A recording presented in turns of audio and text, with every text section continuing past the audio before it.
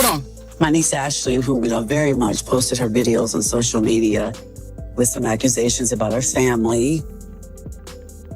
My family was a little surprised. Well, there was a lot going on the internet. Tamar announced that she would be interviewing our niece Ashley on Tamar's podcast. I didn't think it was a good idea. I am getting Ashley. You're not going to make me feel bad about that. I wanted her to come to a safe place to tell her. Okay, y'all, buckle up, because this one right here, it's messy, it's emotional, and it hits way closer to home than anybody was ready for.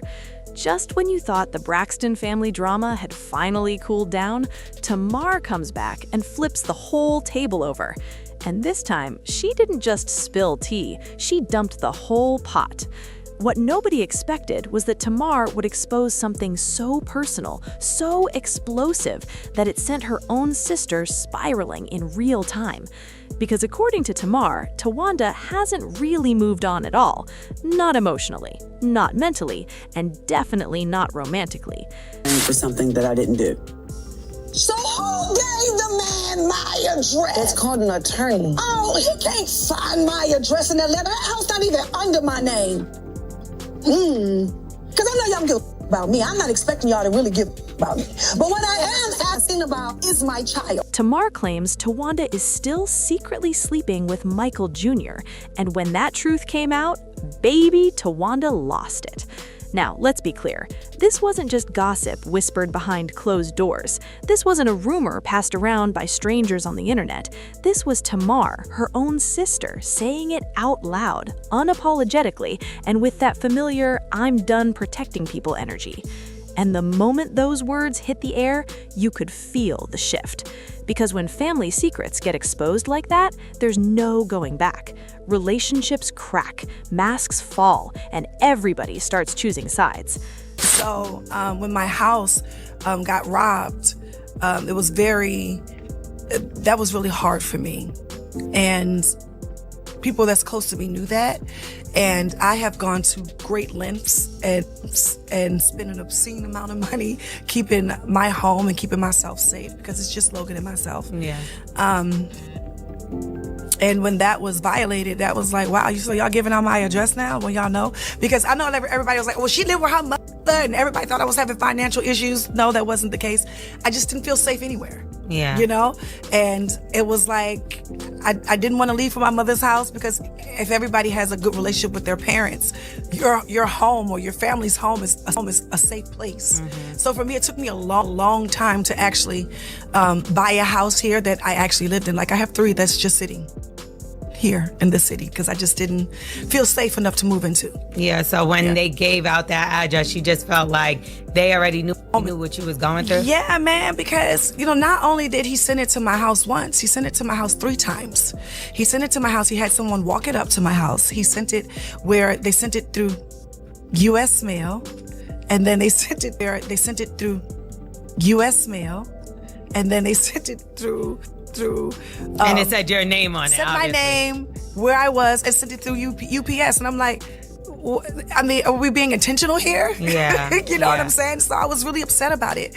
And unfortunately, at that table was the first time that I had seen them, like, I got a cease and desist, and nobody said anything. Because it was never a factor of a cease and desist. It was a factor of who gave out my personal information. Yeah. My home. Being blamed for something that I didn't do.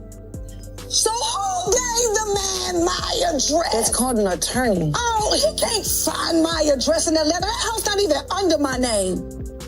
Because I know y'all give about me. I'm not expecting y'all to really give about me. But what I am asking about is my child. But to really understand why this revelation hit so hard, you have to understand the history. You have to understand Towanda. You have to understand Tamar. And you definitely have to understand the complicated, emotional mess that is the Braxton family. Towanda Braxton has always been seen as the quieter one, the peacemaker, the sister who tried to keep things smooth while everyone else was either arguing, crying, or storming out of rooms. For years, she played the role of the reasonable sister, the one who tried to see both sides, the one who wanted peace more than chaos. And Tamar? Tamar has always been the opposite. Loud, emotional, honest to a fault. The sister who says what everyone else is thinking but is too scared to say out loud. Growing up in that family wasn't easy. The Braxtons weren't just musical family, they were a pressure cooker. Expectations were high, emotions were intense, and love often came with conditions. She was trying to break it up, so we're just gonna go with what she said. When she tried to separate us, I didn't feel like she tried to separate us. I felt like she tried to separate me. You get what I'm saying? I can see why you think that. Right, because she pushed me and turned and protected Tony. She did. Right? And gave you a superstar. You're the number one R&B, right? So that's what I was feeling like. But aren't y'all all superstars? I mean, okay, fine. I don't have to be, and I definitely don't have to be in my family dynamic. I'm okay with being the youngest sister of amazing siblings that I grew up with that are beautiful and talented and Black. Yeah. Okay? I don't have to be a superstar in that situation. When I'm at work, you will give me my flowers. You will respect me. But when I'm in that situation with my family, we don't even have to bring up our occupation. Right. And the status of our life. Yeah, you shouldn't. Yeah, right? I don't think so. But I just felt like I was pushing the corner at that table. Like, I really came to discuss my niece, where's everybody head at in this, and who gave out my address. That was the objective for me. Yeah. And I didn't mean to come, in a way that was combative or aggressive. I was really trying to have a real sensible conversation. Now, when people started pushing my back up against the wall and I had to come out fighting, that's exactly what happened. Yeah. Do you feel, did this happen, this whole situation, the cease and desist, was that sent before Towanda's wedding?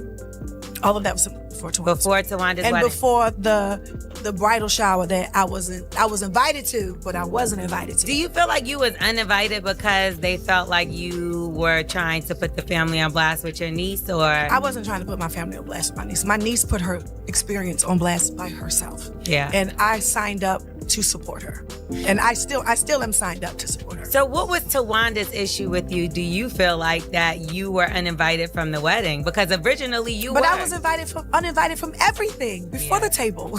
Yeah. So was I really invited to the wedding, or was that another part of being gaslit? Towanda spent years putting other people first, especially in her marriage to Michael Sr., the father of her children. She sacrificed, she compromised, she held things together when everything was falling apart. And when that marriage finally ended, it didn't just break her heart, it shook her identity. Divorce changed Towanda. Suddenly, she wasn't the wife anymore. She wasn't the unit. She was alone, trying to figure out who she was without the role she'd played for decades. And anyone who's been through that knows loneliness can make you cling to familiar pain just because it feels safer than the unknown. Michael Jr., her son, became one of her emotional anchors during that time.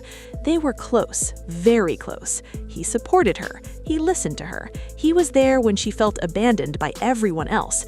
And while there's nothing wrong with a mother and son being close, Tamar suggests that somewhere along the line, boundaries got blurred in a way that made the situation deeply uncomfortable. Now here's the twist nobody expected. Tamar claims that Towanda didn't just lean on Michael Jr. emotionally, she never really stopped being entangled with him in ways that crossed lines. Tamar says this wasn't a one-time mistake, this wasn't confusion, this was ongoing, secretive, and intentionally hidden from the rest of the family. And when Tamar finally said it out loud, Towanda snapped. According to Tamar, she had been biting her tongue for years, watching Towanda present one image to the public while living a completely different truth behind closed doors. Watching her cry on camera, talk about healing, talk about moving on, while secretly staying stuck in the same emotional patterns. Tamar said she got tired of being painted as the problem sister when she was the only one willing to be honest. And when Tamar exposed the situation, she says Towanda didn't deny it. Instead, Towanda exploded. Anger, tears, accusations flying everywhere. Tamar says Towanda accused her of betrayal, of jealousy, of trying to humiliate her. But Tamar's response, "If the truth humiliates you, that's not my fault." Let that sink in. Tamar said Towanda went mad, emotionally unhinged, lashing out, cutting people off, sending angry messages, and blaming everyone except herself. Tamar claims Towanda couldn't handle the reality being exposed because it shattered the image she worked so hard to protect. The image of the healed woman, the strong mother, the sister who had it all together. But behind that image was unresolved pain, attachment issues, fear of being alone, and a refusal to truly let go. And here's where it gets even deeper. Tamar says the family knew something wasn't right. They felt the tension. They noticed how defensive Towanda would get whenever certain topics came up, how she'd shut down conversations or change the subject. But nobody wanted to confront it because confronting it meant opening wounds nobody wanted to deal with. Tamar did it anyway. She said enough was enough. She said she wasn't going to keep carrying the weight of everybody else's secrets while being labeled the crazy one. And when she finally spoke, the fallout was immediate. Towanda stopped speaking to her. Family group chats went silent. Lines were drawn. Towanda reportedly felt exposed and violated. She felt like Tamar took something deeply personal and weaponized it. But Tamar's argument was simple. You can't heal what you refuse to acknowledge. You can't move forward while living a lie. The emotional impact of this revelation has been devastating.